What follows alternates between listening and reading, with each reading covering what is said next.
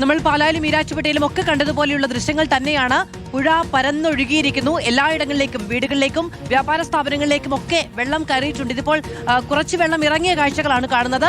വലിയ ദുരന്തം വിതച്ചുകൊണ്ടാണ് പുഴ കരകവിഞ്ഞ് ഒഴുകിയെത്തിയത്. വ്യാപാര സ്ഥാപനങ്ങളിൽ ലക്ഷങ്ങളുടെ നാശനഷ്ടങ്ങൾ ഉണ്ടായിട്ടുണ്ട് എന്നതാണ് റിപ്പോർട്ടുകൾ. അർജുൻ കല്യാട് വിവരങ്ങളുമായി ചേരുകയാണ്. അർജുൻ, വെള്ളം ഇറങ്ങി തുടങ്ങിയിട്ടുണ്ട്, പക്ഷെ അപ്പോഴും നമുക്ക് പരന്നൊഴുകിയ പുഴയുടെ ദൃശ്യങ്ങൾ വളരെ വ്യക്തമാണ് ഈ ആകാശ ദൃശ്യങ്ങളിൽ നിന്ന്. എന്താണ് ചപ്പാരപ്പടവിലെ സാഹചര്യം?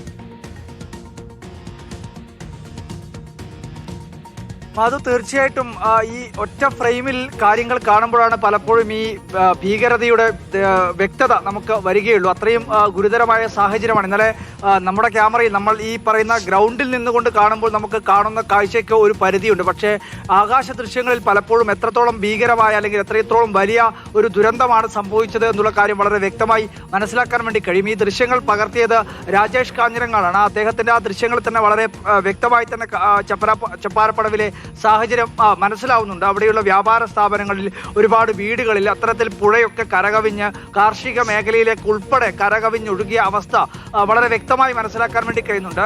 ഈ കുത്തൊഴുക്കുണ്ടായ സമയത്ത് ആളുകളൊക്കെ വളരെ പെട്ടെന്ന് അവരുടെ വ്യാപാര സ്ഥാപനങ്ങളിൽ നിന്ന് സുരക്ഷിതമായി അവിടെയുള്ള സാധനങ്ങളൊക്കെ മാറ്റിവെച്ചുകൊണ്ട് അവർ പെട്ടെന്ന് തന്നെ അവിടെ നിന്ന് രക്ഷപ്പെടുകയാണ് ഉണ്ടായത്. വീടുകളിലും കൃഷിസ്ഥലങ്ങളിലും ഒക്കെ സ്ഥിതി അത് തന്നെയാണ്. പക്ഷേ ഈ പറയുന്ന വെള്ളവും കുത്തൊഴുക്കും ഒക്കെ കഴിഞ്ഞതിന് ശേഷം, അല്ലെങ്കിൽ അത് അല്പം ഒന്ന് താഴ്ന്നതിന് ശേഷം ഈ പരിസര പ്രദേശങ്ങളിലേക്ക് പോകുമ്പോഴാണ് എത്രമാത്രം വലിയ നാശനഷ്ടങ്ങളാണ് ഈ പ്രദേശങ്ങളിൽ ഉണ്ടായത് എന്നുള്ള കാര്യം ഇവർക്കും ഈ പറയുന്ന ഇതിന്റെ ഉടമകൾക്കും ഇതിന്റെ ആളുകൾക്കും, വീട്ടുടമസ്ഥർക്കും ആ നാട്ടുകാർക്കും ഒക്കെ കാര്യങ്ങൾ മനസ്സിലാവുന്നത്. കാരണം അവിടെ ഉണ്ടായിരുന്ന ഒരുപാട് വസ്തുക്കൾ ഒലിച്ചുപോയി, അല്ലെങ്കിൽ അതൊക്കെ ഇനിയൊരു ഉപയോഗത്തിന് കഴിയാത്ത വിധത്തിൽ നഷ്ടപ്പെട്ടു പോകുന്ന സാഹചര്യം ഉണ്ടായിട്ടുണ്ട്. ചപ്പാരപ്പടവിൽ മാത്രമല്ല, അതിന് തൊട്ടടുത്ത് ചെറുപുഴയിലും സമാനമാണ്. അവിടെ നിരവധിയായിട്ടുള്ള വ്യാപാര സ്ഥാപനങ്ങളിൽ വെള്ളം കയറിയിട്ടുണ്ട്. അവിടെ ഈ പറയുന്ന ഒരു ഉരുൾപൊട്ടൽ ഉണ്ടായതിന്, അല്ലെങ്കിൽ ആ ഉരുൾപൊട്ടൽ ഉണ്ടായതിന്റെ ഭാഗമായി വലിയ രീതിയിൽ ഈ കടകളിലേക്ക് ഉൾപ്പെടെ വെള്ളം ഇരച്ചു കയറുമ്പോൾ അവിടെ ഒരു വസ്തുക്കൾ പോലും എടുത്തൊന്ന് മാറ്റിവെക്കാൻ പോലും കഴിയാതെ സ്വന്തം ജീവൻ മാത്രം കയ്യിൽ പിടിച്ചുകൊണ്ട് ഓടി രക്ഷപ്പെട്ട ആളുകൾ പോലും ഉണ്ട്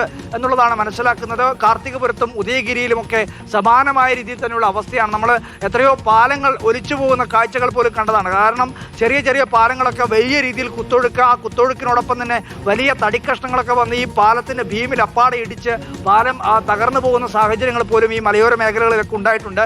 എന്നാലും ഏറെ ആശ്വാസകരമെന്ന് പറയുന്നത് ഈ പറയുന്ന മഴ ഇപ്പോൾ അല്പം ഒഴിഞ്ഞു നിൽക്കുന്നു എന്നത് തന്നെയാണ്. ഈ ഒഴിഞ്ഞു നിൽക്കുന്ന സമയത്താണ് ഈ ഹെലിക്യാം പറത്തി ഈ ദൃശ്യങ്ങളൊക്കെ പകർത്തുന്നത്. മഴയുള്ള സമയത്ത് ഈ ഹെലിക്യാം പറത്തുന്നതിന് പരിമിതിയുണ്ടല്ലോ. അപ്പോഴാണ് മനസ്സിലാകുന്നത് ഇത്രയും വലിയ ദുരന്തമാണോ, ഇത്രയും വലിയ പ്രളയ സമാനമായ സാഹചര്യമാണോ, ഇത്രയും വലിയ കുത്തൊഴുക്കാണോ നമ്മുടെ നാട്ടിൽ ഉണ്ടായത് എന്ന് ഈ ദൃശ്യങ്ങൾ കാണുമ്പോൾ നമ്മൾ പോലും അത്ഭുതപ്പെടുകയാണ്. ആ നാട്ടിലുള്ള ആളുകൾ അത്ഭുതപ്പെടുകയാണ്. എന്തായാലും ഭീകരമായ ഒരു ഈ പറയുന്ന വെള്ളപ്പൊക്കത്തിന്റെ ഒരു ഭീകരത വ്യക്തമാക്കുന്ന ദൃശ്യങ്ങൾ തന്നെയാണ് ചപ്പാരപ്പടവിൽ നിന്നും രാജേഷ് കാഞ്ഞിരങ്ങാട് നമുക്ക് പകർത്തി നൽകിയിട്ടുള്ളത്. ബാദു, ചപ്പാരപ്പടവിലെ ദൃശ്യങ്ങളാണ് നമ്മൾ കാണുന്നത്. കണ്ണൂരിൽ കനത്ത മഴയാണ്.